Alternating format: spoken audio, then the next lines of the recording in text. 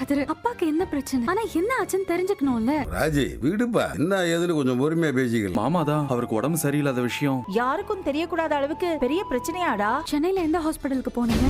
அங்க யார் சொல்லி நீங்க போனீங்க? 80 நாள் ஹாஸ்பிட்டல்ல இருக்கணும்னு சொன்னாங்க. சொன்ன கதிர். உன்ன கேளுப்பா, விடுப்பா, அதை பத்தி அப்புறம் பேசிக்கலாம். இல்லை சரவணா, அப்பா. நீ கடை கிளம்புற. இல்லை செந்தில, நீயும் சரவணனோட கடைக்கு போடா. கதிர், போலாம்ப்பா. 2 டீ கொடுங்க. சரிண்ணே. கதிர், வீட்டுக்கு வந்தாருல போலீஸ்கார தம்பி, அவர் எல்லா விஷயத்தையும் என்கிட்ட சொல்லிட்டாரு. நிஜமாவே ராஜுவோட அப்பாவுக்கு கேன்சர் ஆடா. ஆமா. அந்த விஷயம் உனக்கு எப்படி தெரியும்? என் ஃப்ரெண்டுக்கு அடிபட்டு ஹாஸ்பிட்டல் அட்மிட் ஆயிருந்தா, நான் அவனை பார்க்க போயிருந்தேன். அங்கதான் நான் மாமாவை பார்த்தேன். அவருக்கு இன்டெஸ்டைன்ல கேன்சர். அம்மாவோட சின்ன அண்ணன் பிரச்சனையை கிளப்பலனா 2 நாள் இருந்துட்டு கிளம்பிரு. பாவம், அவரு ராத்திரி முழுக்க கஷ்டப்பட்டு டிராவல் பண்ணி வந்திருக்காரு. நல்ல மனுஷன்டா அவர். இனிமேல் அவர் பயப்படுற மாதிரி எதுவும் இல்ல. இல்லப்பா, இன்னும் கொஞ்சம் ட்ரீட்மெண்ட்லாம் எடுக்க வேண்டியது இருக்கு. மனசளவுல எப்படி இருக்காருன்னு கேட்டேன். ஆரம்பத்துல உடஞ்சு போயிட்டாரு, அப்புறம் சரியாயிட்டாரு. ஒரு காலத்துல ஒண்ணுமே இல்லாம இருந்த எனக்கு இந்த மனுஷன் நிறைய உதவி எனக்கு பண்ணிருக்காரு. அடிப்படையில அவர் ரொம்ப நல்லவர். எப்பயுமே அடுத்தவங்க நல்லதை பத்தி தாண்டா நீ யோசிச்சு, எந்தில பத்தி யோசிச்சு அவனுக்கு ஒரு கல்யாணம் பண்ணி வச்சு, அதுக்கப்புறம் அம்மா சொன்ன வார்த்தைக்கு மரியாதை கொடுத்து ராஜியை கல்யாணம் பண்ணிக்கிட்டேன். மாமாவுக்காக எவ்வளவு பெரிய அவ பேரையும் சுமக்கிறதுக்கு தயாராயிட்டேன். எல்லாரும் நம்ம குடும்பம் தானப்பா.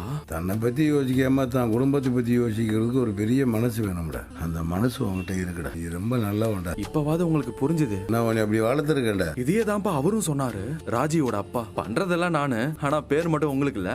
யார்கிட்டயுமே சொல்ல வேண்டாம், ராஜிக்கு எதுவும் தெரிய வேண்டாம். மாமா, விஷயத்தை கேள்விப்பட்டு பதறி அடிச்சு ஓடி வரேன். எப்படி இருக்கீங்க? நல்லா இருக்கம்மா. உடம்புக்கு ஒரு பிரச்சனையும் இல்லல்ல? அதெல்லாம் ஒண்ணும் இல்ல. அண்ணா, சென்னையில எந்த ஹாஸ்பிட்டலுக்கு போனீங்க? எல்லாம் நல்ல ஹாஸ்பிட்டல் தான். பெரியப்பா, நீங்க அவன் சொன்ன ஹாஸ்பிட்டல் கொண்டு போயிரல? இல்ல, எந்த ஹாஸ்பிட்டலுக்கு போகணும்னு நான் தான் முடிவு பண்ணேன். சரிங்கண்ணா, உங்க ரிப்போர்ட்ல எங்க இருக்கு? அது கொடுத்தீங்கன்னா செகண்ட் ஒப்பீனியன் பார்த்தலாமாங்கண்ணா? அது கதிர்கிட்ட இருக்கு. உன்னை சமாதானப்படுத்தி இழுத்துட்டு வரும்போது அதெல்லாம் எடுத்துட்டு வர முடியுமா? அதுக்கெல்லாம் இனி அவசியம் இல்ல. மாமா, எங்க பெரிய அண்ணன் மருமகன் டாக்டரா தான் இருக்காரு. அவர்கிட்ட வேணும்னா ஒரு ஒப்பீனியன் கேட்கலாமா? அதெல்லாம் வேண்டாம், விடுங்க. டேய், இது நம்பிக்கை பத்தின விஷயம் இல்ல. சொன்னா நீ வருத்தப்படுவ, அழுது புலம்புவ. நான் என்ன பார்த்துப்பனா இல்ல உன்னை சமாதானப்படுத்துவேனா? கதிரை நான் நல்லா தான் பாத்துக்கிட்டேன். அவனையும் நான் கூப்பிடணும்னு நினைக்கல. அவனா வந்தான். எனக்கு கொஞ்சம் அசதியா இருக்கு. நான் தூங்குறேன். முத்து, நீ படுத்து தூங்குப்பா. எல்லாரும் வாங்க, நம்ம போலாம். அவன் படுத்து தூங்கட்டும்.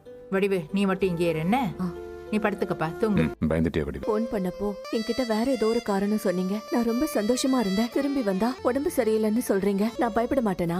என்கிட்ட மட்டுமாவது என்ன பிரச்சனை என்னன்னு சொல்லிருக்கலாம்ல. உன்னை கஷ்டப்படுத்த வேணாம்னு நினைச்சேன். என்னதான் குமரவேலை நம்ம புள்ள மாதிரி வளர்த்தாலும் நமக்குன்னு ஒரு ஆம்பளை பிள்ளை இல்லையே நான் யோசிச்சிருக்கேன். அந்த குறைய கதிர் தீர்த்துட்டான். வடிவு எப்படி பாத்துக்கிட்டான் தெரியுமா? என்ன உமதியும் சரி பாண்டியனும் சரி அவனை நல்லா வளர்த்திருக்காங்க. பேசினாலும் பேசலனாலும் மனுஷங்க ரொம்ப முக்கியம்னு சொல்லி சொல்லி வளர்த்திருக்காங்க. கதிர் ரொம்ப நல்லவன். வடிவு நம்ம உலகம் முழுக்க வலை போட்டு தேடி இருந்தாலும் ராஜுக்கு இப்படி ஒரு மாப்பிள்ள கிடைச்சிருக்க மாட்டேன். நம்ம பொண்ணு ரொம்ப அதிர்ஷ்டம் பண்ணவன். அதான் அந்த கடவுளா பார்த்து கதிரையும் அவளையும் சேர்த்து வச்சிருக்காரு. கதிரை நீங்க புரிஞ்சுகிட்டது, அவரு உங்களை நல்லா பாத்துக்கிட்டது எல்லாமே எனக்கு சந்தோஷம் தான். ஆனா உங்க உடம்ப நினைச்சாதான் எனக்கு இன்னும் கவலையா இருக்கு. இன்னைக்கு அவளை எல்லாம் பட வேணாம். இன்னும் ஒரு வாரத்துல நான் முழுசா சரியாயிடுவேன்.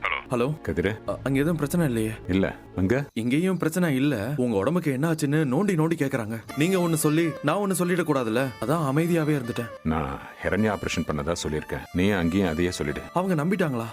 நம்மன மாதிரி தான் இருக்கு, பாத்துக்கலாம். ஓ, என்னால உனக்கு தான் ரொம்ப கஷ்டம். அதெல்லாம் ஒரு கஷ்டமும் இல்ல. நீங்க யோசிக்க வேண்டிய விஷயம் இன்னும் நிறைய இருக்கு. அதுக்கு இடையில தேவையில்லாம என்ன பத்தி எல்லாம் யோசிக்காதீங்க. சக்தி உங்ககிட்ட சண்டைக்கு வந்துடக்கூடாது. அவன் சார்பா நான் உங்ககிட்ட மன்னிப்பு கேட்டுக்கிறேன்.